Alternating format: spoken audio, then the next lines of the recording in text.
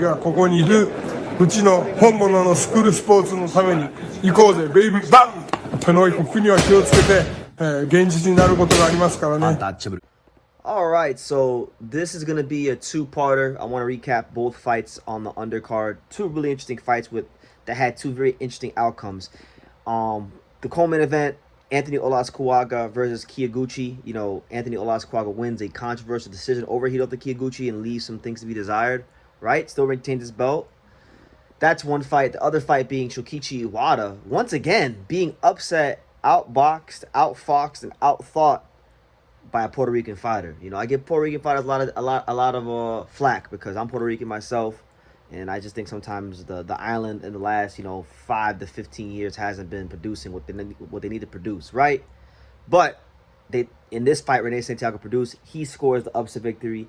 He hands Iwata another loss to a Puerto Rican fighter. He becomes a 70th world champion in the history of Puerto Rico for boxing. So let's talk about it. We'll start with the co-main event. Let's start with Anthony Olascuaga and Hiroto Kyoguchi because I thought this fight on paper had the makings to be just as good, if not better, than the main event between Kenshiro and Seigo Yuriakui. You know, it was that good. You know, you had Anthony Olascuaga, who is one of the most dynamic talents around this weight, big time puncher. Very well schooled trainer Rudy Hernandez, taking on a fighter in Kyoguchi who had the reputation for being an aggressive fighter with not the best defense, but and a guy that's been champion at 105, a fighter that's been champion at light flyweight. You know, this is going to be his last stand to make something of himself in boxing. So the consensus going in was that Olascuaga was going to knock out Kyoguchi and beat the brakes off of him. And truth be told, that's not what we got. In fact, I hate when this happens because I feel as though, like Tango say, I feel as though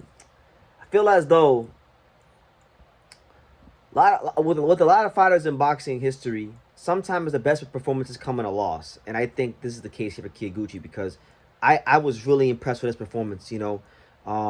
Very calculated, measured approach against Anthony Olascuaga, being very judicious in his punch selection, being very calculated in his punch selection, picking his shots, picking when to exchange, picking when not to exchange. He did a great job of using his feet as his first line of defense. So I think, and not even just that, he held his ground as a naturally smaller man. He held his ground, and Olascuaga was not able to push the smaller, older Kyoguchi back. And so because of that, Anthony Olascuaga was reduced to being that of a boxer, which is not naturally his thing to do. And I thought Kyoguchi won this fight. I thought Kyoguchi outboxed, outthought, and actually gave Anthony Olascuaga a bit of an education tonight in the sport of high level boxing. So I didn't think that was gonna happen. I didn't think that Kyoguchi had that in his skill set, had that within his locker to do that. But really intelligent stuff from him, and I feel for him because with the wars he's been in and what this could do to him psychologically, not getting the decision. I don't know if he could ever work himself back to this position. But Anthony Olascuaga keeps the belt, but it leaves things to be desired. And I'll tell you this: as strong as he is, as dynamic as he is, I still think there's some development to be had. You gotta remember, this was only Anthony Olascuaga's 10th pro fight. He's packed a lot into these 10 fights, so it's not crazy that he got exposed in a sense. Anthony Olascuaga exposed, right? All that good stuff. But no, honestly, seriously, he does have some things to work on. And if I could put my manager hat on here for a second, from a management standpoint, I don't think that he should unify or fight any of the top guys with this. I think he's trying to get 2 fights to work on some things because I don't think this version of him tonight beats Kenshiro in a rematch. I'll tell you that right now.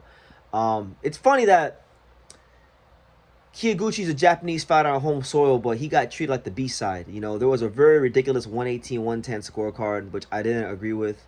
He got screwed. He got delivered the Mr. Honda special. Anybody who's honest, the thing about Japan is like a lot of people are afraid to be honest because people are scared of Mr. Honda. I'm not scared of Mr. Honda. I met the guy. He's a regular ass dude to me. Mr. Honda, Anthony Olascuaga is his fighter, right? And so I feel like Anthony Olascuaga, and it's not Anthony's fault. Anthony's a good guy, a good fighter. I got nothing against him, but it's just my opinion. I think he was the beneficiary of having Mr. Honda in his corner and a terrible scorecard because he did not win this fight. Kyoguchi was the ring general. He was the effective aggressor. His defense was better than Anthony Olascuaga. He was just a better on this night. He was the better man, and I like Anthony Olascuaga. He is the only one of the only top American fighters in and around these weight classes, and I want him to do well. I got a vested interest in him wanting to do well, but I can't let my personal feelings for a fight cloud what I saw with these four I saw. This prescription still works, and I cannot ignore what these four I saw on fight night. So Kyoguchi, what a warrior, what a fighter. Anthony Olascuaga is still an amazing fighter too. I just think he had an off night and he'll come back better. But like even Rudy Hernandez, I seen an interview one time where Rudy Hernandez said that Anthony Olascuaga's brain sometimes doesn't match his talent, meaning that, his IQ hasn't caught up to his actual talent and athletic abilities. And I think in this fight it showed. And credit to Kyoguchi for exploiting that, and all the fine folks at Watanabe Gym. They came with a great game plan. And, anybody who watched the fight knows that he won the fight. And if you disagree, the harsh truth is you're probably, somehow tied to Anthony Olascuaga, like if you're his family or if you're, you know him. I mean, I like them both. I've interviewed Kyoguchi. I've interviewed Olascuaga. I don't got an ounce of ill will towards either. I just know what these four eyes saw. And what these four eyes saw was the older, smaller man outthinking, outboxing, and just really being the ring general in there for the duration of the fight. So Kyoguchi should have won. I thought honestly, this was, for the circumstances who he had in front of him, I thought you could consider this the best performance of his career, and he gets screwed. So ain't that some shit? The Japanese fighter gets treated as the B-side in his own country because he don't got Mr. Honda behind him. But anyway, that's boxing. Corruption doesn't just exist in America. A lot of times I think Americans like to romanticize Japan. No, there's politics. There's boxing politics in Japan. There's corruption in Japan. We see it for how it is, and we don't get worked up about it, but we call it out for what it is as well. We don't let it slide. So that's what it is. Olascuaga has to get better, right? Switching gears. The other fight was Kyoguchi Iwata versus Rene Santiago. Now, I'll be honest with you guys.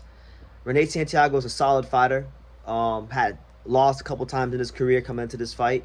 This wasn't a fight that I really paid that much attention to coming in, because I just felt like, just kind of to be a casual here for a second. I thought because Iwata had shown what he had bounced back pretty well from the loss to Jonathan Gonzalez, and I didn't think that a guy with 3 losses, was going to come in here and outbox him. But look, that's why you fight the fights. That's why you can't be like me. As a fighter, you gotta always be improving and not overlook the guy in front of you, because truth be told, Kyoguchi Iwata got exposed again by a Puerto Rican fighter. Crazy, Santiago had the blueprint of Jonathan Gonzalez to go off of, right? And it's crazy that, Iwata, his favorite fighter is Gervonta Davis, right? In the build-up to this fight, Gervonta Davis had tweeted him, right? And I made a video about it. Tank had tweeted Kyoguchi Iwata, responding to a training video he did, and he said, "Look, that your technique looks good." And Iwata was very happy about this, and he put the Tank tweet on his hat. And, a lot of people on Twitter were making fun of him for it, right? But it's crazy how things can play themselves out, because Iwata, he has a lot of Tank similarities. Slow starter, taking his time, very reliant upon his power, very reliant upon his timing. But on both occasions, for Tank with Roach and now with Iwata and Santiago, the crafty boxer, was able to take the power and outfox them and outthink them in the ring. Santiago is very awkward. So a lot of times when he's just not even getting hit, it looks like he's getting hurt even when he's not getting hit. So even when Iwata would land on Santiago, it was hard to gauge when Santiago was getting hurt. Like, he's real awkward, but at the same time, in being awkward, he's also a fighter that I would say is very crafty, good, very technically sound as well. And he's got just enough punching power to keep you honest, right? So that's what happened. You had Santiago moving and frustrating Iwata, who couldn't cut the ring off on him. And then when he would plant his feet and punch him, then, Santiago would keep him at bay just long enough to get to whatever he wanted to do next.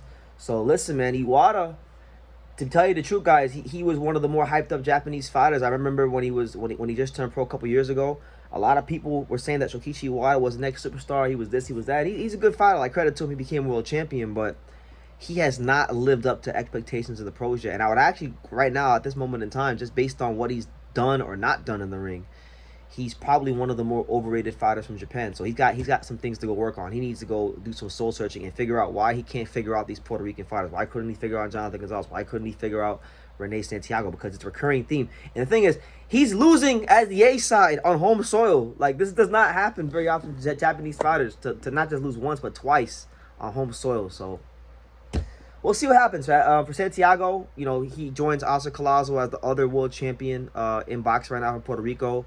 You know, I think there's two really good fights out there for him in terms of unification. You got potentially another fight against a Japanese fighter with Masamichi Ibuki, who's a big-time puncher. I like to see how he tries to defuse that bomb. Or you could do like the World Baseball Classic unification fight, you know, Puerto Rico versus Dominican Republic. You could do Rene Santiago versus the WBA champion Eric Mini Pac-Man Rose, and I think you have a really good fight there as well. So we'll see what happens. We'll definitely see what happens. Really good card all around. The main event was a classic. We had a little corruption in the co-main event, and then we had an upset in the fight, in the opening fight of the telecast. So look, overall a good night of boxing. These Japan cards all deliver most of the time, and this one actually delivered more than usual. I feel very satisfied sacrificing my sleep schedule and my circadian rhythm to watch this card. So that's my take, guys. Just to let you know too, I'm taking a little bit of a break. I need to get away from YouTube for a little bit. I'm burnt out just from the last year of my life, you know, just moving around a lot. So I'll be taking a little bit of a break. There's still videos coming out from now for like the next week or so. So you'll still see some videos, but you're not gonna get like current videos, or you're not gonna get like the Doheny post-fight review video. You're not gonna get anything coming up. And I don't know how long this break will be. Maybe it'll be 2 weeks. Maybe it'll be 2 months. Maybe it'll be I don't know. It might be a while, but I need to get away from this shit because mentally we're not there. You know, I had a viewer tell me a while ago that I should start taking these sabbaticals from YouTube, and honestly, I think I'm gonna do that now. I'm not as young as I used to be. You know, I can't deal with what I used to deal with here on YouTube. So, that being said, listen, you guys enjoy the content. You know, I'll still be doing my collaborations with Sean. So if there's no videos here, at least stay tuned to Sean Zatel's channel. I'll be there, contributing there and doing the collabs with him. I'm gonna remain accountable to that because I made a promise and a commitment to Sean. So we'll continue to give you guys great insight. But this channel, I'm gonna go quiet on it for a little bit. So yeah. You guys take care, be blessed, and like I say in every single one of these videos, you can love me or you can hate me, but I'm just a kid from Daniel. So until next time, take care, guys. Thank you for watching another video on the untouchable True School Sports Empire. For more great boxing content just like this, make sure you guys click right over here. Keep watching my boy BT put on the best interviews out here.